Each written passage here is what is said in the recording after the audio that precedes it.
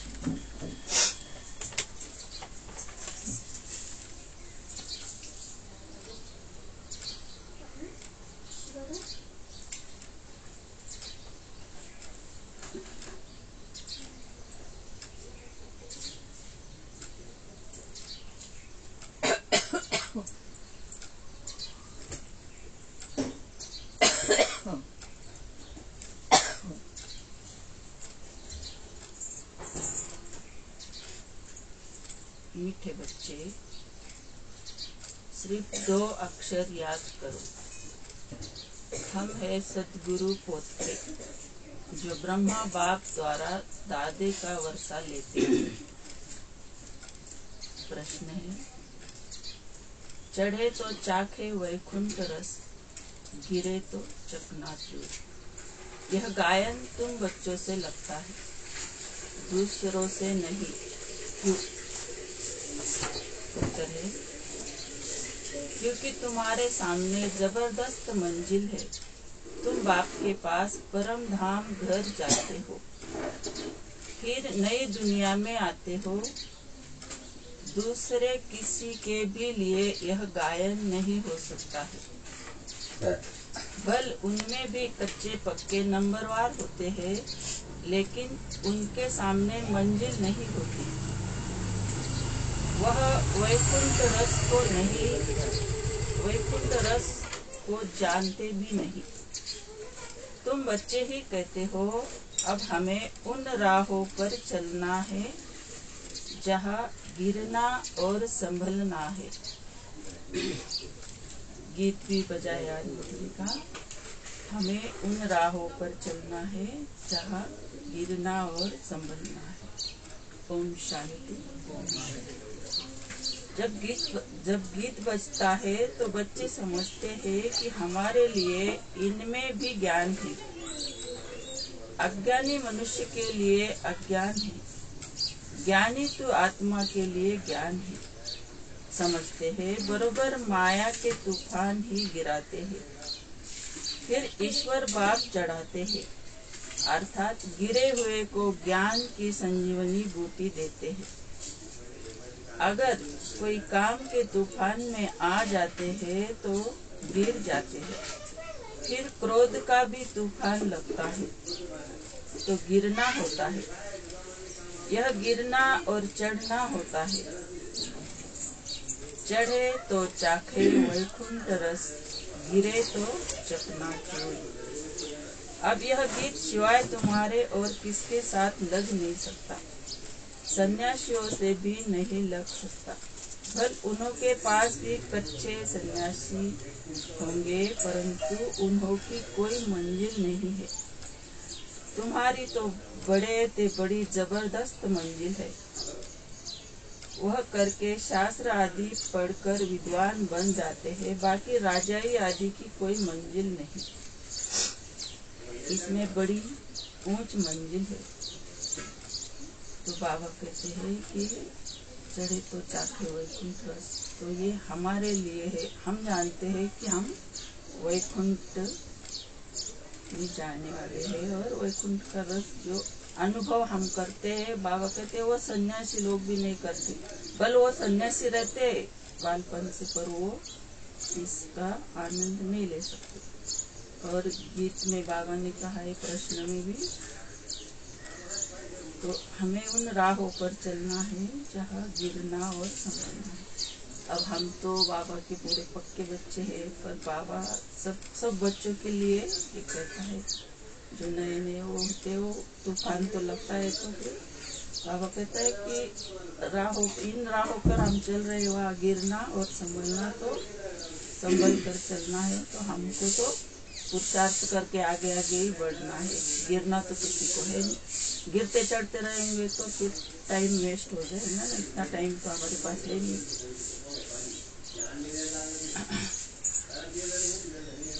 बाकी राजाई आदि की कोई मंजिल नहीं है, इसमें बड़ी ऊंच मंजिल है। बच्चे जानते हैं बेहद का बाप दादा पढ़ाते हैं, मम्मा भी पढ़ाती, फिर बच्चे भी पढ़ाते हैं। तुम हो दादे पोत्रे। तो आज बाबा कह रहा है कि आज दादे और पोत्री का रिश्ता। बाबा कह रहा है कि शिव बाबा दादा है और हम सब पोत्रे हैं। तो बाबा कहते हैं कि अमृतसर में दादे पोत्रे होते हैं, फिर कहेंगे यह 7वीं पीढ़ी है, यह दूसरी पीढ़ी है। तुम समझते हो सतयुग में भी पीढ़ी चलती है देवताओं की। तो जो आप लौकिक में है तो वो कहते हैं हमारी 7 पीढ़ियां है, ये दूसरी है, ये तीसरी है। तो बाबा कहते हैं कि यहाँ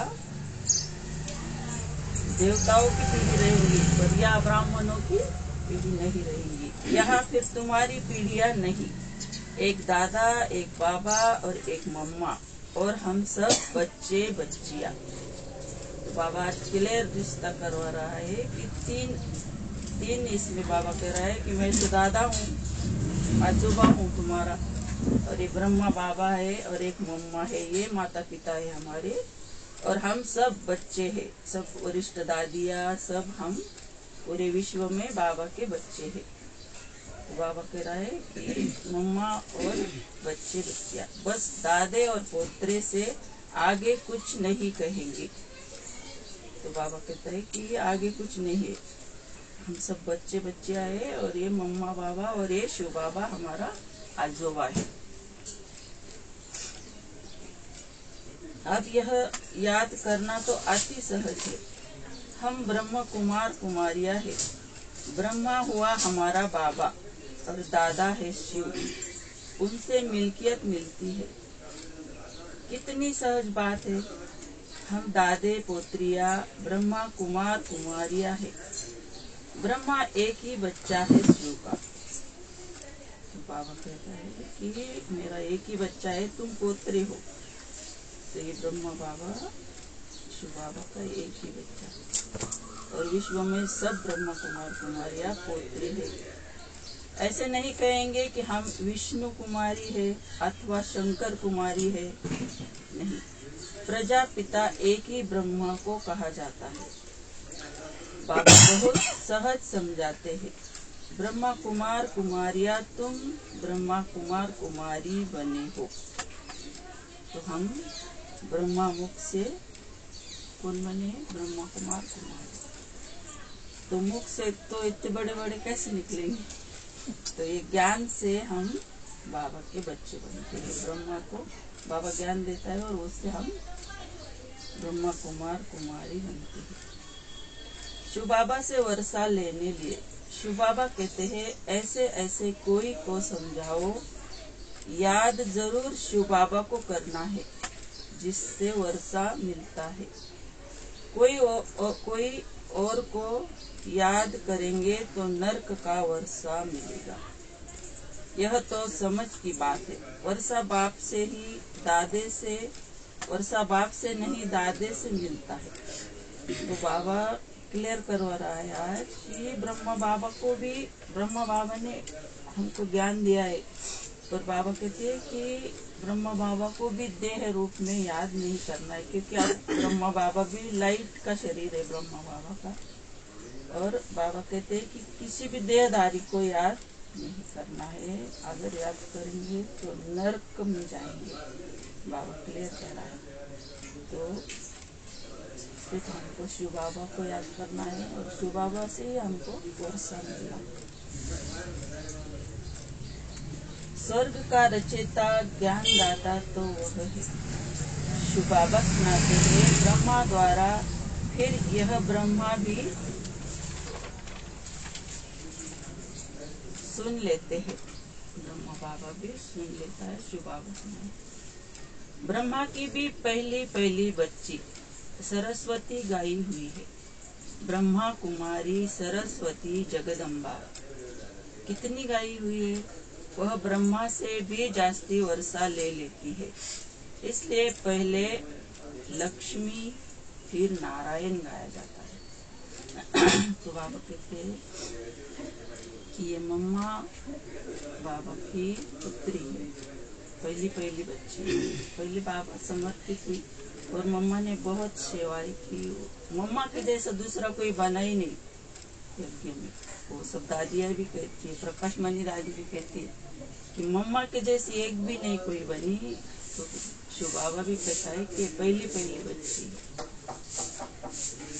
तो लक्ष्मी बनती है। नारायण से भी पहले लक्ष्मी का नाम हम लेते हैं। तुम जानते हो हम जगदम्बा और जगत पिता के बच्चे थे, तो क्यों नहीं दादा से वर्षा ले।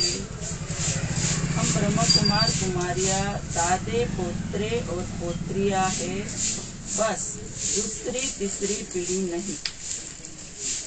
बाबा बार बार क्लियर करवा रहा है कि बाहर जो देखते हैं हम तो वहाँ पीढ़ी चलती है, उनके बच्चे उस गद्दी पे बैठते। बाबा कहते हैं ब्रह्मा बाबा एक बच्चा है और तुम सब पोत्रे पोत्रियाँ हो, तीसरी कोई पीढ़ी नहीं यहाँ पे। पर पोत्रे तर पोत्रे कुछ नहीं, दादे को कौन याद नहीं करेगा। तो दादा को ही याद करेंगे ना, वो बाबा से तो सब मिलता है ना। तो बाबा कहते कौन याद नहीं करेगा। तुम जानते हो हम जितना याद करेंगे उतना विकर्म विनाश होंगे।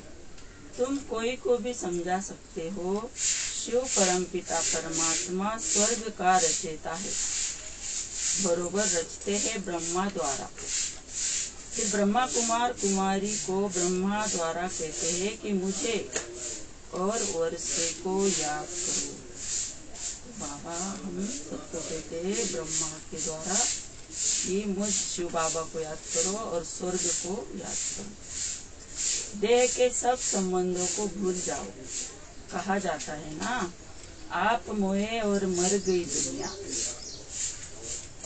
आत्मा शरीर से अलग हो जाती है तो कुछ भी नहीं रहता। तो बाबा कहते हैं कि आप मोहे और मर गई दुनिया। तो सबसे पहले तो ये देह छूट जाएगा, जब ये आत्मा निकल जाएगी तो बाकी क्या याद रहेगा। देह नहीं रहेगा तो कहा किसमें आके देखेगी कि क्या क्या वस्तु है, वो क्या है। तो बाबा कहे कि आप मरे और आप मोहे और मर गई दुनिया। आप हमारे लिए तो दुनिया डूब जाएंगी जब ये आत्मा देह से निकल जाएगी। तो देह का अभिमान निकल जाता है तो आत्मा के साथ सब कुछ निकल जाएगा। ये दुनिया हमारे लिए खत्म हो जाएगी। यहाँ की जो ये संसार है, हम बाबा के पास आए हैं, फिर हम गोरा बनेंगे। अभी शाम है, शाम और सुंदर बनने का यह नाटक है। आत्मा प्योर हसीन बनती है। अभी तुम्हारी आत्मा आयरन एजेंट बन गई है, तो शरीर भी ऐसे है। सतयुग में तो तुम गोरे थे, तो सतयुग में हम बहुत गोरे थे। वो तो आप इसमें जड़ चित्र में भी देखते तो कितने प्यारे लगते हैं वो सब। तो बाबा कहते वाह तुम बहुत गोरे थे। तो अब एक हसीन मुसाफिर आते हैं गोरा बनाने, तो हम काले बन गई आत्मा भी और शरीर भी ये सब बीमार हो गए। तो बाबा हमें गोरा बनाकर ले जाने के लिए आए। तो उनकी आत्मा तो सदैव गोरी है, कभी खाद नहीं पड़ती है, क्योंकि वह जन्म मरण में नहीं आते। कितना सहज करके समझाते हैं। तो शिव बाबा की आत्मा सदैव गोरी रहती है, वो कभी काली नहीं बनती। तो बाबा कहते हैं कि क्यों नहीं बनती, क्योंकि वो जन्म मरण में नहीं आता। मम्मा के तन में अवतरित होता है और चला जाता है ज्ञान देते, इसलिए वो कभी काला नहीं। तो बाबा कहते हैं कि कितना सहज करके समझाते हैं, फिर भी ऐसे दादे को भूलकर फारकती दे देते हैं। तो ये कितना प्यारा ज्ञान है। हम सब जो मुरली सुनते हैं कितने भाग्यवान है हम सब। सवेरे से उठते तो मुरली को जाना है तो शिव बाबा याद रहता है। तो बाबा कहते हैं कि दादे को भूलकर हरकत जो चले जाते हैं बाबा उनको भी याद, बाबा को याद आते हैं, वो बच्चे दे देते हैं। इसलिए बाबा कहते हैं महान से महान मूर्ख और फिर सयाने से सयाने देखने हो तो कि जो चले जाते हैं तो बाबा प्यार से कहता है, बाबा को लगता है ना वो भी आए तो उनको बाबा कह रहे जो मूर्ख है। यहाँ देखो मूर्ख भी ऐसे है जो अति सहज दो बातें भी नहीं समझ सकते। बाबा कहते जो छोड़ के चले जाते वो दो बातें भी नहीं समझते। सिर्फ समझना है हम आत्मा है और वह निराकार परमात्मा हमारा दादा है। दो ही बातें समझनी है, दो ही शब्द याद रखने हैं, फिर भी उनको बुद्धि में उतना नहीं है होता है। तो बाबा कहते हैं कि ये दो शब्द भी वो याद नहीं करते, तो अब क्या कहे हम। यहाँ आने से तो हम दिन भर के लिए कितनी शांति हमारे अंदर पड़ जाती है। और उतने टाइम में वो तो भी क्या करते हैं, पर जिसका उसका भाग्य। सिर्फ समझना है हम आत्मा है, वह निराकार परमात्मा है, हमारा दादा है। यह प्रजापिता ब्रह्मा तो नामी ग्रामी है। बाबा कहते हैं कि ये प्रजापिता ब्रह्मा के द्वारा तो मैं सबको ज्ञान देता हूँ, तो ये नामी ग्रामी है। उन द्वारा शिव बाबा वर्षा देते हैं, वर्षा देते हैं। ब्रह्मा को छोड़ा, दादे को भी छोड़ा तो वर्षा खत्म हो जाएगा। बाबा इतना सहज करके समझाते हैं। हम है ब्रह्मा कुमार कुमारिया, ब्रह्मा विष्णु शंकर है सूक्ष्म वतनवासी। उनमें भी ब्रह्मा को प्रजापिता कहते हैं। तो ब्रह्मा विष्णु शंकर में भी ब्रह्मा ही गाया हुआ है ना। ऐसे भक्ति मार्ग में भी तो वो सूक्ष्म वतनवासी है, तो फिर भी बाबा कहते हैं कि ब्रह्मा ही गाया हुआ है, प्रजापिता तो उनको ही कहते हैं। सूक्ष्म वतन में तो मनुष्य सृष्टि नहीं रची जाती। शंकर व विष्णु को प्रजापिता नहीं कह सकते। प्रजापिता तो जरूर यहाँ होगा। ब्रह्मा के मुख कमल से ब्राह्मण निकले। ब्राह्मणों से पूछो तुम किसकी वंशावली हो। यह सिर्फ गायन हो गया है, बाकी ऐसे नहीं।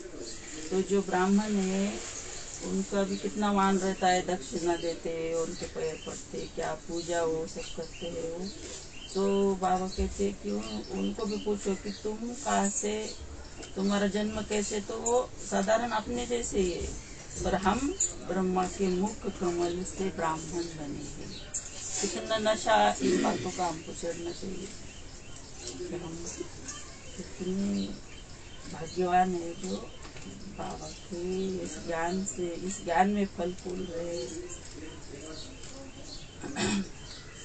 अभी तुम जानते हो परम पिता परमात्मा ब्रह्मा द्वारा देवता क्षत्रिय धर्म स्थापन करते हैं। सो तो करेंगे संगम युग पर। संगम युग पर ब्राह्मण जरूर चाहिए। कलयुग अंत में शूद्र। तुम बच्चों को कितना अच्छी रीति समझाया जाता है। श्रीमत तो मशहूर है, श्रीमद भगवत गीता, उनसे क्या सुनना होता है। श्री श्री ने ज्ञान सुनाया होगा, श्रेष्ठ से श्रेष्ठ बनाया होगा। अभी तुम प्रैक्टिकल में बीके बने हो। तुम कहते हो बाप दादा हम कल्प पहले भी आपसे मिले थे, हम दादे से अपना वर्षा लेने लिए आए हैं। अच्छा उससे क्या बनेंगे, सूर्यवंशी व चंद्रवंशी। श्री नारायण को वरा था या श्री राम को, कहते हैं क्या कहेंगे हम। बाबा पूछ रहे कि किसको वरा था, राम को या नारायण। हाँ? तो बाबा कहते हैं कि बाबा हम कहते, बाबा पूछते हैं किसको वरा था, राम को या नारायण को। तो हम तो कहेंगे बाबा हम तो नारायण को वरेंगे, राम को तो कोई भी नहीं कहेगा, क्योंकि हमको जाना है सत्युग में, त्रेता में थोड़ी जाना है। तो बाबा से बच्चे कहते हैं हम तो नारायण को वरेंगे, परंतु फिर भी भूल जाते हैं। तो इतना लायक बनाते हैं, उनको भूल जाते हैं। बाबा कहते हैं मैं तुमको इतना लायक बनाता हूँ, फिर भी तुम भूल जाते। तो बाबा को श्वासोश्वास हमको याद करना है, कभी भी बाबा को भूलना नहीं है। हम सदगुरु के पोतरे अथवा दादे पोतरे हैं। तो हम दादी पोतरे आज ये याद, उनसे वर्षा लेते हैं पुरुषार्थ से। लौकिक बाप का वर्षा अथवा प्रॉपर्टी तो बांटी जाती है, यह बांटने की चीज नहीं, इसमें तो पुरुषार्थ करना पड़ता है। तो जो प्रॉपर्टी है वो बांटी जाती है, या तो कोई क्या देगा कि हमको लाके, ऐसे तो बाबा कहता है इसमें पुरुषार्थ करना पड़ता है, अपने आप सब मिल जाए। कोई मून आदि में फ्लैट नहीं खरीदना है, तो हमको का चंद्र पर जाकर प्लॉट वगैरह नहीं लेना है। वहाँ पे यहाँ तो राजाई के मालिक बनते हो, तो सिर्फ चंद्र पर इधर उधर प्लॉट नहीं लेना है, हमको तो विश्व का मालिक बनना है। मालिक बनते हो, राजाई के मालिक बनते हो। पार्ट तो यहाँ ही बजाना है, मून आदि में नहीं जाना है। इसको साइंस घमंड कहा जाता है। अति घमंड में जाने से विनाश को प्राप्त करते हैं। क्या क्या निकल पड़ा है। तो बाबा कहते कि अभी अभी अभी वो रॉकेट लॉन्च हुआ था, तो कितना उस पे खर्चा होता है। तो बाबा कहते हमको ये सब नहीं करना है, तो ये सब घमंडी चीजें, क्या मिलने वाला है इससे वहां जाके। क्या क्या निकल पड़ा है। हजारों लाखों माइल तक जाते हैं, उन्हों को मालूम पड़ता है कि अभी कहाँ तक पहुंचा है। तो साइंस को नीचे वो देखते हैं कि ये कहाँ तक गया है रॉकेट, तो बाबा कहते वो देखते। ऊपर चंद्रमा में क्या है, चंद्रमा तो शीतल है ना, सूर्य के आगे जाने से तप जाएंगे। तो चंद्रमा तक तो जाते हैं सब, पर सूर्य के पास जा नहीं सकते, क्योंकि वहां तो सब तप जाएंगे, खत्म हो जाएंगे। इतना साइंस घमंड है। नाम भी रखा है रॉकेट। बाबा ने समझाया है आत्मा सबसे बड़ा रॉकेट है तो एक बिंदी, उसका वजन, उसका क्या वजन होगा।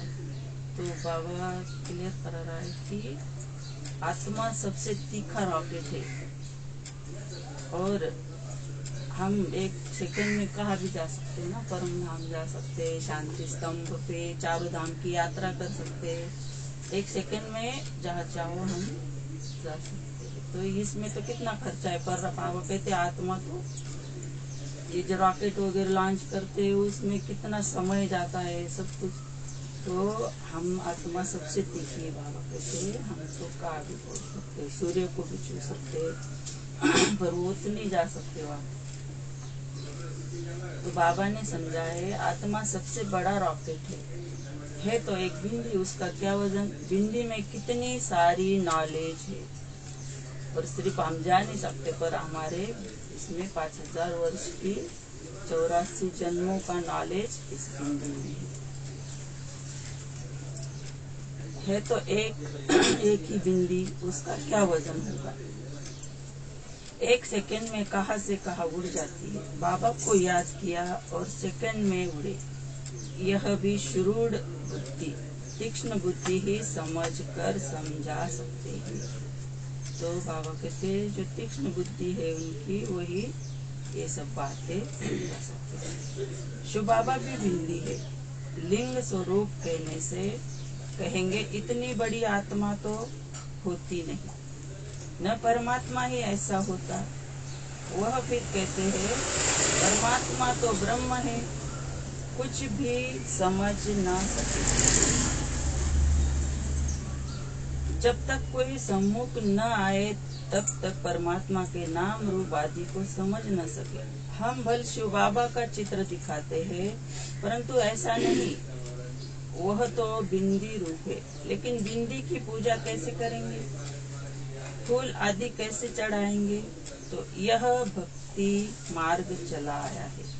पूजा के लिए मंदिर में बड़ा रूप बनाए। तो बाबा कहते हैं मैं तो छोटी सी बिंदी हूँ, मेरी क्या पूजा करेंगे। तो बाबा कहते हैं वो जो मंदिर में शिव का जो लिंग है उसको भक्ति मार्ग में पूजा के लिए बनाया। ये किसने बनाया है? पहले पहले तो ब्रह्मा बाबा ने ही सोमनाथ का मंदिर बनाया था। तो हम किसी को नाम भी नहीं रख सकते कि ये क्या पूजा करते हैं। तो हमने ये द्वापर से बनाया है। पर अब हमें समझ में भी है कि शिव बाबा तो बिंदी स्वरूप है और शिव बाबा का क्या काम है कि पतितों को पावन बनाना। बिंदी की सिर्फ पूजा और शिवलिंग की पूजा करके तो किसी को कुछ नहीं मिलने वाला है। तो हम ये समझाएंगे कि ये शिव बाबा को याद करो, ये नॉलेज तुम धारण करो, 7 दिन का कोर्स करो, तो जिसका भाग्य है वो आ ही जाएगा। और जिसको भगवान को प्राप्त करने की प्यास रहती है उन लोगों ने तो पूछना चाहिए कि तुम कहाँ जाते हो, क्या करते हो। पर उनको अभी है नहीं, खुला ही नहीं अंदर, तो क्या करेंगे वो। दरवाजा खुल ही नहीं रहा है सबका। देख तो रहे सब गांव में भी हम भी देखते हैं ना, कितने जाते हैं सब। तब पकड़ पकड़ के तो हम नहीं सुना सकते। बाबा कहते हैं कि ये पूजा के लिए मंदिर में बड़ा रूप बना दिया। बाबा कहते हैं कि जिसकी बुद्धि में यह ज्ञान न बैठे फिर भी यह तो समझ सकते हैं होना कि हम ब्रह्मा कुमार कुमारी है, दादे पोत्रे है, ऊंच ते ऊंच शिव भगवान है। तो माँ बाप की गोद में आने से तकदीर शुरू होती है। मम्मा बाबा कहने से स्वर्ग के हकदार तो बने ना। प्रजा भी कहती है ना हमारा हिंदुस्तान सबसे ऊंचा। अरे सबसे ऊंचा होता तो फिर कर्जा क्यों उठाते, कंगाल क्यों बनते, यहाँ से बहुत धन ले गए। तो कहते भी हैं, सब कहते हैं कि हिंदुस्तान सबसे ऊंचा है इसलिए पर समझते कुछ नहीं पाते। तो ये मम्मा बाबा कहने से हम भी बच्चे बन जाते हैं, क्योंकि मम्मा बाबा ने बहुत पुरुषार्थ किया है। तो वो तो बाप समान बन गए, तो हम उनके बच्चे कितने भाग्यवान हैं। तो बाप कहते हैं हमारा तो कांटों पर भी प्यार है, सब पतितों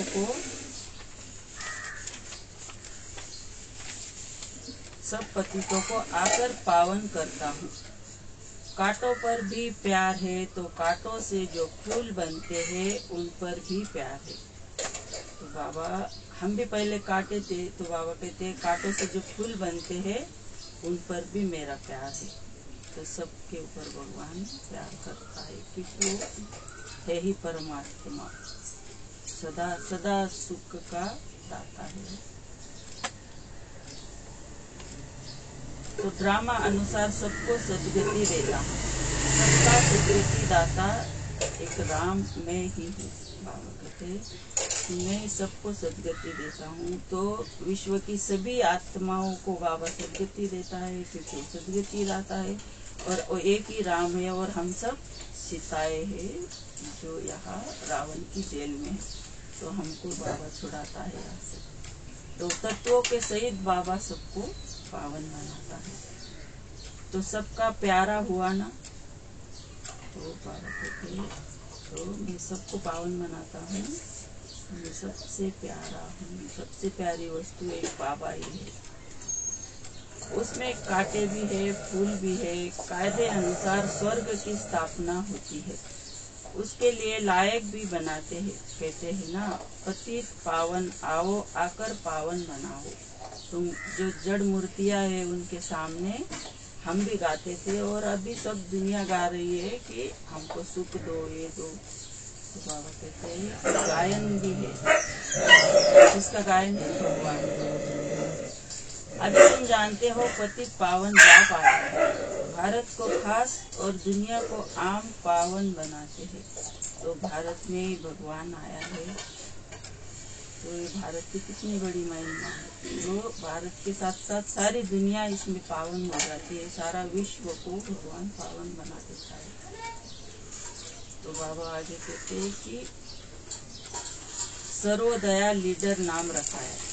तो जो कोई एक संस्था होगी वहाँ पर सर्वोदया लीडर का नाम रखा है। तो यह भी अपने पर नाम रख दिया है। बाबा कहते हैं ये एक मनुष्य का नाम है। तो बाबा आगे कहते हैं कि जैसे श्री श्री 108, हम कहते हैं ना महामंडलेश्वर श्री श्री 108, तो बाबा कहते हैं कि ये बाबा सर्व माना सबको, एक मनुष्य जो है श्री श्री 8 वो सबको पावन नहीं कर सकता। तो एक मनुष्य क्या करेगा इतनी बड़ी सृष्टि को। तो ये भगवान ऊपर परम धाम से ब्रह्मा बाबा के द्वारा सबको सद्गति देता है। तो एक मनुष्य का ये काम नहीं है। तो कहने के लिए कहते हैं कि सर्वोदया सर्व के ऊपर दया करने वाला 108 महामंडलेश्वर, ये सब डिग्रियां है पर ये कुछ नहीं कर सकते बाबा कहते। और ये कह भी कौन सकता है, जो भगवान है अलमैती बाबा, जो सर्वशक्तिमान है वही कहेगा। हम ऐसे जाके कहेंगे तुम क्या करेंगे तो वह तो हंगामा खड़ा हो जाएगा। तो ये भगवान कहते हैं कि सर्व माना सबका कल्याण करने वाला एक परमात्मा है। कोई भी मनुष्य तो सबकी सद्गति कर ना सके।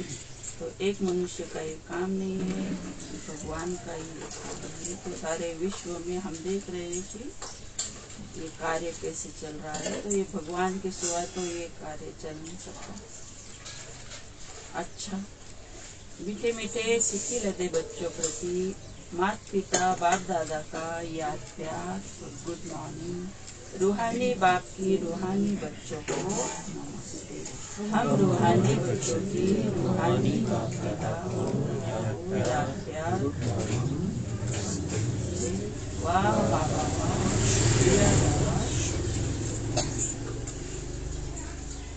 धारणा के लिए मुख्य सार, देह भान को भूलने के लिए जीते जी मरना है। आप मुझे मर गई दुनिया, बार बार इस देह से न्यारा होने की प्रैक्टिस करनी है। हम दादे पोतरे हैं, हमें लायक बन उनसे पूरा पूरा वर्षा लेना है। आत्मा को योग बल से पावन बनाना है, खुशी में रहना है।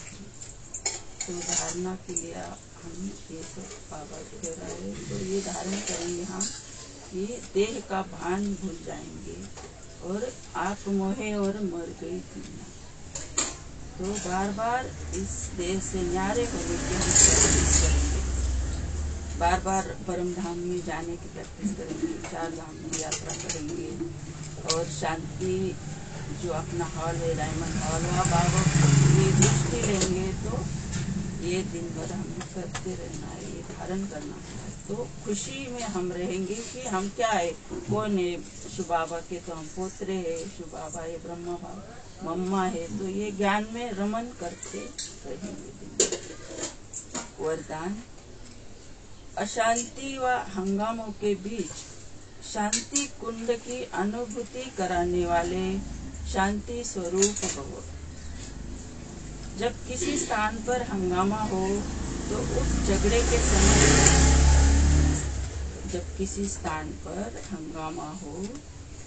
झगड़े के समय शांति के शक्ति की कमाल दिखाओ। सबकी बुद्धि में आए कि यह तो शांति का कुंड है। शांति कुंड बन शांति की शक्ति फैलाओ। शांति स्वरूप होकर शांति कुंड का अनुभव कराओ। उस समय वाचा की सेवा नहीं कर सकते, लेकिन मनसा से शांति कुंड की प्रत्यक्षता कर सकते हो। सबको वाइब्रेशन आने चाहिए कि बस यहाँ से शांति मिलेगी। तो ऐसा वायुमंडल बनाओ। तो बाबा का सुंदर वरदान है कि कहाँ भी हंगामा हो, घर में भी कुछ भी हो, हलचल हो कहीं भी, तो बाबा कहते तुम शांति कुंड बन जाओ, शांति की कमाल दिखाओ। वाचा सेवा नहीं करो कि तुम ये हो तुम वो हो, तुम्हें तो कुछ समझता नहीं, हम तो बहुत ज्ञानी है, ये ऐसा कुछ नहीं। बाबा कहे किंवाच्या सेवा वहाँ नहीं चल सकती, तो तुम शांति के कुंड बन जाओ, मन सा सेवा करो और शांति की वाइब्रेशन तुम फैलाओ, तो ऐसा वायुमंडल शक्तिशाली बनाओ। स्लोगन: स्वयं की और सर्व की चिंताओं को मिटाना ही शुभ चिंतक बनना है। स्वयं की और सर्व की चिंता कब मिटेगी? जब हम शुभ चिंतक बन जाएंगे। किसी एक भी आत्मा के प्रति मुझे ये नहीं करना है, शुभ ही हमें शुभ चिंतन ही करना है कि ये भी परम धाम वाली आत्मा है। परम धाम में हम एक बाबा के बच्चे, वह परम धाम में उनको याद करना है। नीचे याद करेंगे तो देह दिखेगा। तो बाबा ने आज कहा कि देहधारी को याद ही नहीं करना है, नहीं तो तुम नरक में जाएंगे। बाबा ने ऐसा कहा है। तो हमें शांति का कुंड बन जाना है, क्योंकि ये इतना प्यारा, इतना पावरफुल ज्ञान किसी को भी इस दुनिया में नहीं है। तो इसका लाभ हमें उठाना है, प्रैक्टिकल जीवन में इसको लाना है। अच्छा, शांति। सत्य बोलो, सोच समझ कर, नहीं तो दुआएं लो,